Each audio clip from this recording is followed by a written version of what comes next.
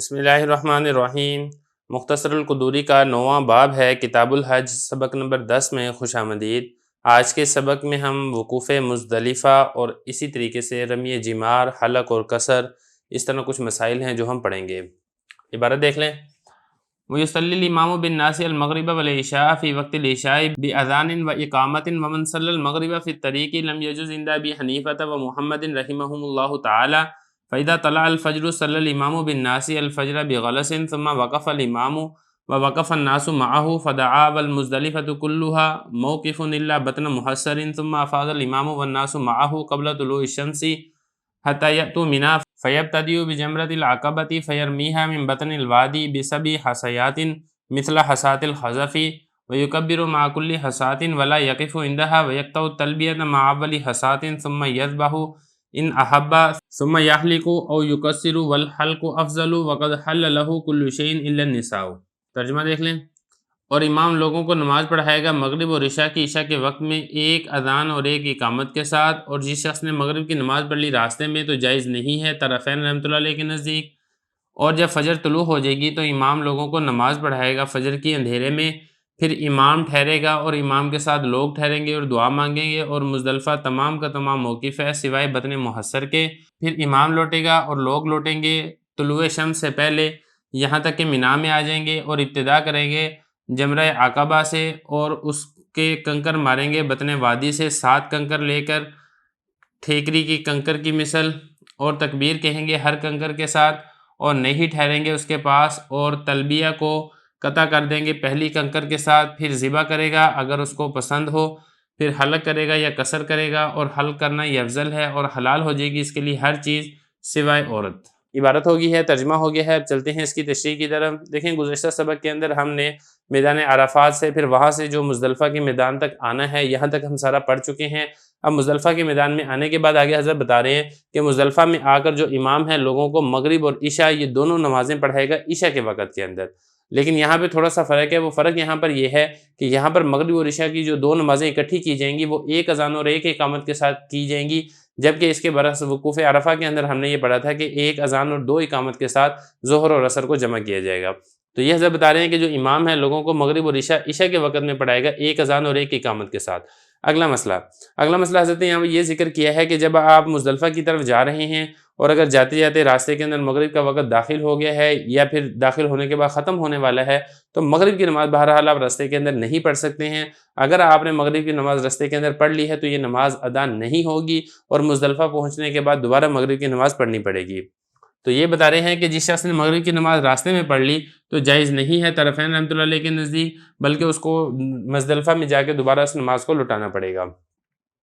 اب یہاں پہ جب آپ مزدلفہ میں پہنچ گئے ہیں، امام نے لوگوں کو مغرب اور عشاء کی نماز پڑھا دی ہے، اب وہاں پہ آپ ٹھہریں، اللہ تعالیٰ سے دعائیں مانگے، حاجات مانگے، اور اسی طریقے سے نبی کریم صلی اللہ علیہ وسلم پر درود و سلام پیش کریں، اللہ تعالیٰ کی حمد و ثنا بیان کریں۔ وہی والے سارے کام جو آپ نے عرفات کے میدان میں کیے ہیں یہی سارے کام آپ نے مزدلفہ کے میدان میں بھی کرنے ہیں، اور مزدلفہ بھی دعاؤں کی قبولیت کی جگہ ہے۔ اور اس کے بعد جب آگے اگلے دن جب صبح ہوگی فجر طلوع ہوگی، فجر سے مراد ہے یہاں پہ صبح صادق، یعنی جب صبح صادق ہو جائے گی تو امام لوگوں کو فجر کی نماز پڑھائے گا وہ غلط اندھیرے کے اندر ہی۔ جیسا کہ آپ کو معلوم ہے کہ جب صبح صادق ہوتی ہے تو فجر کا وقت داخل ہو جاتا ہے، اس وقت اندھیرا ہوتا ہے، پھر آہستہ آہستہ روشنی بڑھنی شروع ہو جاتی ہے۔ تو یہاں پہ مسئلہ یہ ہے کہ جو مزدلفہ کے اندر فجر کی نماز پڑھی جائے گی یہ امام لوگوں کو اندھیرے کے اندر ہی نماز پڑھائے گا، اور نماز پڑھانے کے بعد پھر وہاں پہ امام بیٹھے گا اور لوگ بیٹھ کے وہاں پہ پھر دعا مانگیں گے، اور پھر امام اور لوگ جو ہے وہاں سے واپس لوٹ آئیں گے۔ یہ بتا رہے ہیں کہ جو امام ہے لوگوں کو فجر کی نماز غلط یعنی اندھیرے میں پڑھائے گا، پھر امام وہاں پہ ٹھہرے گا اور امام کے ساتھ لوگ ٹھہریں گے، فدعا اور دعا مانگیں گے۔ آگے فرمایا کہ جو مزدلفہ ہے وہ تمام کا تمام موقف ہے، جو پورا میدان ہے وہاں پر آپ ٹھہر سکتے ہیں سوائے بطن محصر کے۔ دیکھیں بطن محصر ایک وادی ہے، جب ابرہہ وہ اپنے لشکر کو لے کر آیا تھا، ہاتھیوں کے لشکر کو، اور اس کا مقصد تھا کہ وہ خانہ کعبہ کو ڈھائے گا، تو یہاں پہ اب یہ بطن محصر والے مقام کے اوپر ان کے اوپر اللہ تعالیٰ کا عذاب آیا تھا، تو یہ والی جو جگہ ہے یہاں پر ٹھہرنے سے منع کیا گیا ہے، تو بطن محصر کے اندر نہیں ٹھہرنا ہے۔ اس کے علاوہ جو باقی مزدلفہ ہے سارے کا سارا یہ ٹھہرنے کی جگہ ہے، کہیں پر بھی آپ ٹھہر سکتے ہیں۔ یہ بتا رہے ہیں کہ مزدلفہ تمام کا تمام موقف یعنی ٹھہرنے کی جگہ ہے سوائے بطن محصر کے، وہاں پہ ٹھہرنا منع ہے۔ تو جب آپ فجر کی نماز پڑھ لی ہے تو پھر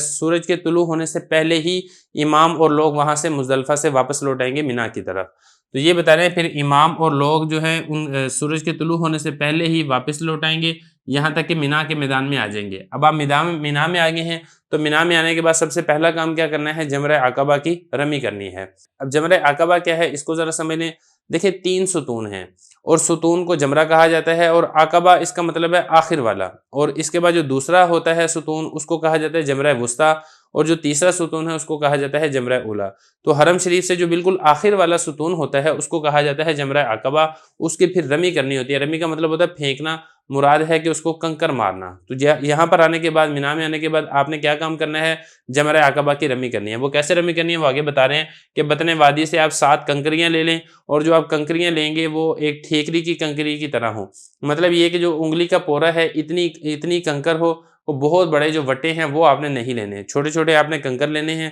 پھر آپ نے وہ مارنے ہیں۔ وہ کیسے مارنے ہیں وہ آگے سارا طریقہ آ رہا ہے۔ یہ بتا رہے ہیں کہ جب آپ مینا میں آ جائیں گے تو ابتدا کریں گے جمرہ عقبہ سے، اور جمرہ عقبہ کی رمی کریں گے بطن وادی سے 7 کنکر لے کے، مثل حصاد الخزف، خزف کہتے ہیں ٹھیکری کو، تو ٹھیکری کی طرح جو چھوٹے چھوٹے کنکر ہوتے ہیں وہ آپ لیں گے، اور جب بھی آپ وہ کنکر ماریں گے تو ساتھ آپ نے تکبیر کہنی ہے، اللہ اکبر۔ یہ بتا رہے ہیں وَيُكَبِّرُ مَعَ كُلِّ حَصَاةٍ، اور تکبیر کہیں گے ہر کنکر مارتے وقت، وَلَا يَقِفُ عِندَهَا، جمرہ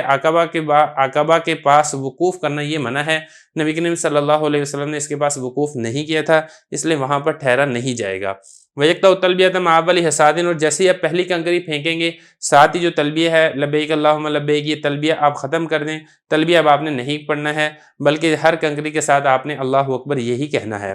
یہ بتا رہے ہیں وَيَقْطَعُ التَّلْبِيَةَ مَعَ أَوَّلِ حَصَادٍ، جو پہلی کنکر ہوگی اسی کے ساتھ ہی آپ تلبیہ کو قطع کر دیں گے، ختم کر دیں گے، اور اسی طریقے سے آپ نے 7 کنکریاں پھینکنی ہیں، ہر کنکر کے ساتھ آپ نے اللہ اکبر یہ کہنا ہے۔ آگے فرمایا ثُمَّ يَذْبَحُ إِنْ أَحَبَّ، پھر وہ ذبح کرے گا اگر اس کو پسند ہو۔ دیکھیں یہ بات چل رہی ہے حج افراد کی، اور حج افراد کے بارے میں اصول یہ ہے کہ جو حج افراد کرنے والا ہوتا ہے اس پر قربانی کرنا یہ لازم نہیں ہوتا ہے۔ تو جب اس کے اوپر قربانی کرنا لازم نہیں ہے تو اگر یہ قربانی کرنا چاہتا ہے تو پھر اس کو پسند ہے تو اچھی بات ہے، قربانی کر لے۔ اگر یہ قربانی نہیں کرنا چاہتا ہے تو اس کے ذمہ لازم اور ضروری نہیں ہے۔ تو یہ بتا رہے ہیں کہ جب آپ نے جمرہ عقبہ کی رمی کر لی ہے اور آپ حج افراد کرنے والے ہیں تو پھر اگر آپ کو پسند ہو تو آپ ذبح کر دیں جانور کو، اگر آپ کو ضرورت نہیں ہے یا آپ پیسے بچانا چاہتے ہیں تو آپ کی مرضی، آپ نہ کریں، آپ کے اوپر کسی قسم کا کوئی گناہ نہیں ہے۔ تو بہرحال جب آپ نے ذبح کر دیا ہے یا آپ نے ذبح نہیں کیا ہے، پھر اس کے بعد آپ حلق کریں یا قصر کریں۔ دیکھیں اس کے بعد آپ ٹنڈ کروا لیں، یعنی سارے کے سارے اس طرح پھروا کے بال اتروا لیں، یا پھر یہ ہے کہ بالوں کا قصر کر لیں، تھوڑے سے بال یہ سر کے بالوں سے کاٹ لیں کینچی وغیرہ سے۔ دونوں کام آپ کر سکتے ہیں، جو بھی کام آپ کو پسند ہو، لیکن حضرت فرمانے کہ جو حلق ہے یہ کرنا یہ افضل ہے۔ وقد حل له كل شيء الا النساء، جیسے ہی آپ حلق کروا لیں گے یا قصر کروا لیں گے تو جو احرام کی جو ممانعات پابندیاں ہیں وہ ساری کی ساری ختم ہو جائیں گی، ہر چیز آپ کے لیے حلال ہو جائے گی، لیکن جو عورت ہے وہ ابھی تک آپ کے لیے حلال نہیں ہوگی۔ عورت کے علاوہ جو ہے باقی سارے کے سارے کام آپ کے لیے حلال ہو جائیں گے۔ مثال کے طور پہ آپ سر ڈھانپ سکتے ہیں، آپ خوشبو وغیرہ لگا سکتے ہیں، وہ جتنی بھی پابندی ہے، بال وغیرہ کاٹ سکتے ہیں، وہ ساری کی ساری وہ پیچھے گزر چکی ہے۔ اب جو باقی اس کے بعد آگے والے مسائل ہیں وہ انشاءاللہ ہم اگلے سبق کے اندر پڑھیں گے۔